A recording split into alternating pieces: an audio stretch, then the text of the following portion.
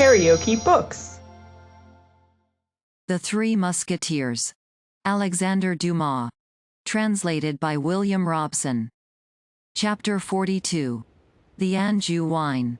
After the most disheartening news of the king's health, a report of his convalescence began to prevail in the camp. And as he was very anxious to be in person at the siege, it was said that as soon as he could mount a horse he would set forward. Meantime, Monsieur, who knew that from one day to the other he might expect to be removed from his command by the Duc d'Angoulême, by Bassompierre, or by Schomberg, who were all eager for his post, did but little, lost his days in wavering, and did not dare to attempt any great enterprise to drive the English from the Isle of Ré, where they still besieged the citadel Saint-Martin and the fort of La Prée, as on their side the French were besieging La Rochelle. D'Artagnan, as we have said, had become more tranquil, as always happens after a past danger, particularly when the danger seems to have vanished. He only felt one uneasiness, and that was at not hearing any tidings from his friends. But one morning at the commencement of the month of November everything was explained to him by this letter, dated from Villeroy. M. D'Artagnan.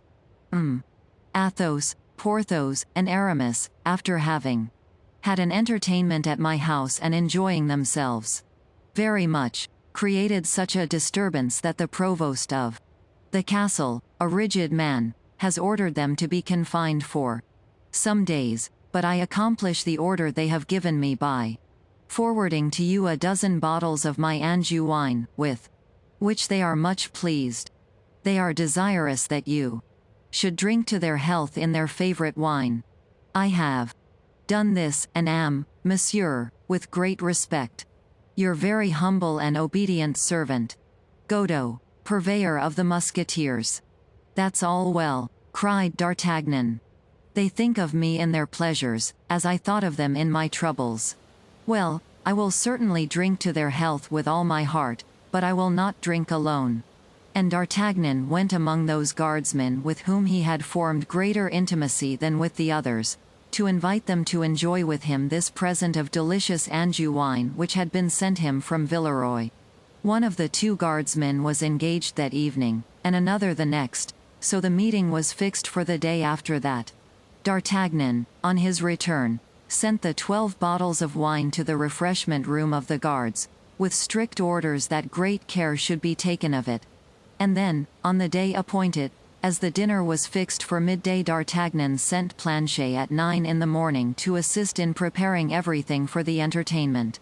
Planchet, very proud of being raised to the dignity of landlord, thought he would make all ready, like an intelligent man, and with this view called in the assistance of the lackey of one of his master's guests, named Fourreau, and the false soldier who had tried to kill D'Artagnan and who, belonging to no corps, had entered into the service of D'Artagnan, or rather of Planchet, after D'Artagnan had saved his life. The hour of the banquet being come, the two guards arrived, took their places, and the dishes were arranged on the table. Planchet waited, towel on arm. Fourreau uncorked the bottles, and Brisemont, which was the name of the convalescent, poured the wine, which was a little shaken by its journey, carefully into decanters. Of this wine, the first bottle being a little thick at the bottom, Brisemont poured the lees into a glass, and D'Artagnan desired him to drink it, for the poor devil had not yet recovered his strength. The guests, having eaten the soup, were about to lift the first glass of wine to their lips, when all at once the cannon sounded from Fort Louis and Fort Neuf. The guardsmen, imagining this to be caused by some unexpected attack, either of the besieged or the English, sprang to their swords. D'Artagnan, not less forward than they, did likewise, and all ran out, in order to repair to their posts. But scarcely were they out of the room before they were made aware of the cause of this noise. Cries of, "Live the King! Live the Cardinal!" resounded on every side, and the drums were beaten in all directions. In short, the king, impatient, as has been said, had come by forced marches, and had that moment arrived with all his household and a reinforcement of 10,000 troops. His musketeers preceded and followed him. D'Artagnan, placed in line with his company, saluted with an expressive gesture his 3 friends, whose eyes soon discovered him, and M.de Travel, who detected him at once. The ceremony of reception over, the 4 friends were soon in one another's arms. "Pardieu!" cried D'Artagnan, "you could not have arrived in better time. The dinner cannot have had time to get cold. Can it, gentlemen?" added the young man, turning to the 2 guards, whom he introduced to his friends. Ah, said Porthos, "it appears we are feasting." "I hope," said Aramis, "there are no women at your dinner." "Is there any drinkable wine in your tavern?" asked Athos. "Well, pardieu. There is yours, my dear friend," replied D'Artagnan. "Our wine," said Athos, astonished. "Yes, that you sent me." "We sent you wine? You know very well, the wine from the hills of Anjou." "Yes, I know what brand you are talking about.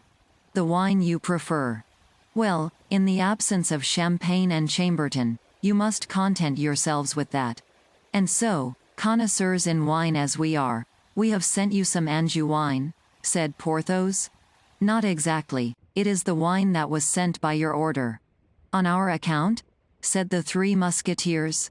"Did you send this wine, Aramis?" said Athos. "No. And you, Porthos?" "No. And you, Athos?" "No. If it was not you, it was your purveyor," said D'Artagnan. "Our purveyor?" "Yes, your purveyor, Godeau, the purveyor of the Musketeers." "My faith. Never mind where it comes from," said Porthos. "Let us taste it, and if it is good, let us drink it." "No," said Athos. "Don't let us drink wine which comes from an unknown source." "You are right, Athos," said D'Artagnan. "Did none of you charge your purveyor, Godeau, to send me some wine?" "No." "And yet you say he has sent you some as from us?" "Here is his letter," said D'Artagnan, and he presented the note to his comrades. "This is not his writing," said Athos. "I am acquainted with it. Before we left Villeroy I settled the accounts of the regiment." "A false letter altogether," said Porthos. "We have not been disciplined." "D'Artagnan," said Aramis, in a reproachful tone, "how could you believe that we had made a disturbance?" D'Artagnan grew pale, and a convulsive trembling shook all his limbs. "Thou alarmest me," said Athos, who never used thee and thou but upon very particular occasions. "What has happened?" "Look you, my friends," cried D'Artagnan, "a horrible suspicion crosses my mind. Can this be another vengeance of that woman?" It was now Athos who turned pale. D'Artagnan rushed toward the refreshment room, the 3 Musketeers and the 2 guards following him. The first object that met the eyes of D'Artagnan on entering the room was Brisemont, stretched upon the ground and rolling in horrible convulsions. Planchet and Fourreau, as pale as death, were trying to give him succor, but it was plain that all assistance was useless. All the features of the dying man were distorted with agony. "Ah!" cried he, on perceiving D'Artagnan, "ah! This is frightful. You pretend to pardon me, and you poison me." "I," cried D'Artagnan. "I, wretch? What do you say?" "I say that it was you who gave me the wine. I say that it was you who desired me to drink it. I say you wished to avenge yourself on me, and I say that it is horrible." "Do not think so, Brisemont," said D'Artagnan, "do not think so. I swear to you, I protest. Oh, but God is above. God will punish you. My God, grant that he may one day suffer what I suffer." "Upon the Gospel," said D'Artagnan, throwing himself down by the dying man, "I swear to you that the wine was poisoned and that I was going to drink of it as you did." "I do not believe you," cried the soldier, and he expired amid horrible tortures. "Frightful! Frightful!" murmured Athos, while Porthos broke the bottles and Aramis gave orders, a little too late, that a confessor should be sent for. "Oh, my friends," said D'Artagnan, "you come once more to save my life, not only mine but that of these gentlemen.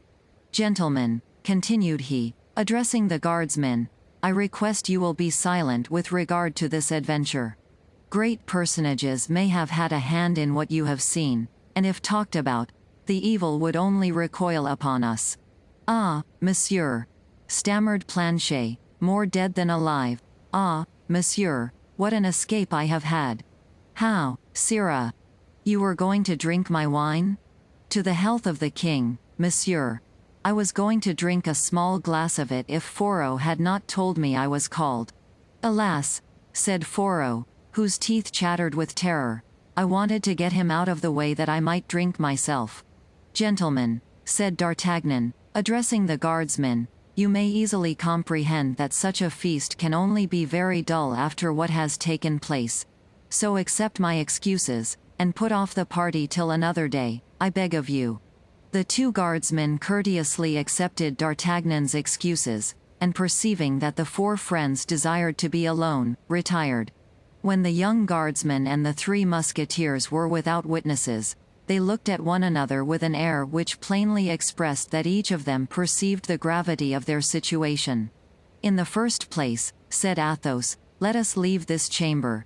The dead are not agreeable company, particularly when they have died a violent death. Planchet, said D'Artagnan, I commit the corpse of this poor devil to your care. Let him be interred in holy ground. He committed a crime, it is true, but he repented of it. And the four friends quit the room, leaving to Planchet and Foro the duty of paying mortuary honors to Brisemont.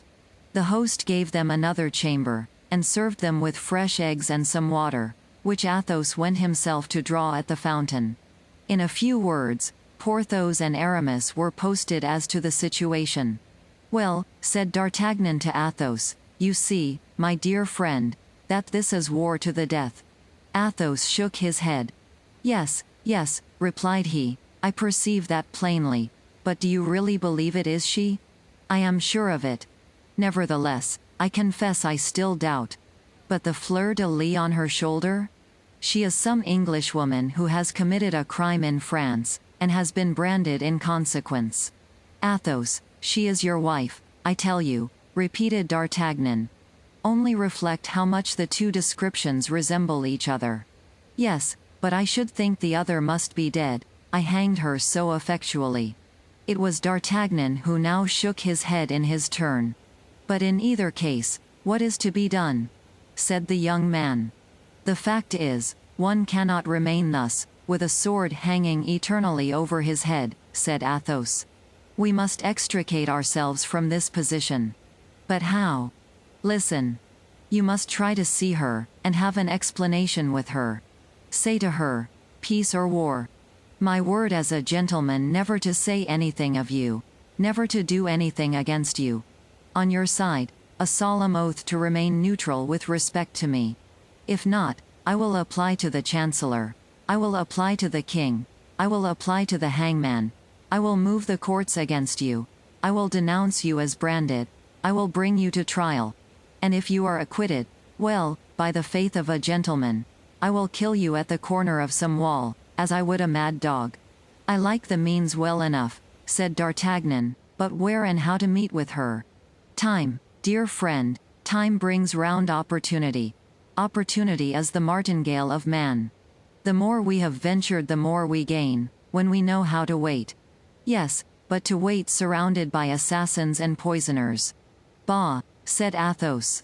God has preserved us hitherto, God will preserve us still. Yes, we.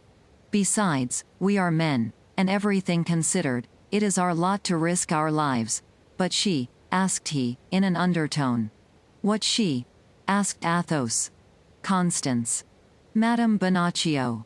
Ah, that's true, said Athos. My poor friend, I had forgotten you were in love. Well, but, said Aramis, have you not learned by the letter you found on the wretched corpse that she is in a convent? One may be very comfortable in a convent, and as soon as the siege of La Rochelle is terminated, I promise you on my part. Good, cried Athos, good. Yes, my dear Aramis, we all know that your views have a religious tendency. I am only temporarily a musketeer, said Aramis, humbly. It is some time since we heard from his mistress, said Athos, in a low voice. But take no notice, we know all about that. Well, said Porthos, it appears to me that the means are very simple. What? Asked D'Artagnan. You say she is in a convent? Replied Porthos. Yes.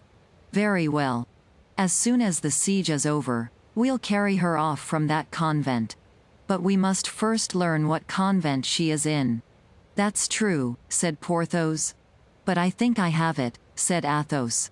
Don't you say, dear D'Artagnan, that it is the queen who has made choice of the convent for her? I believe so, at least. In that case Porthos will assist us.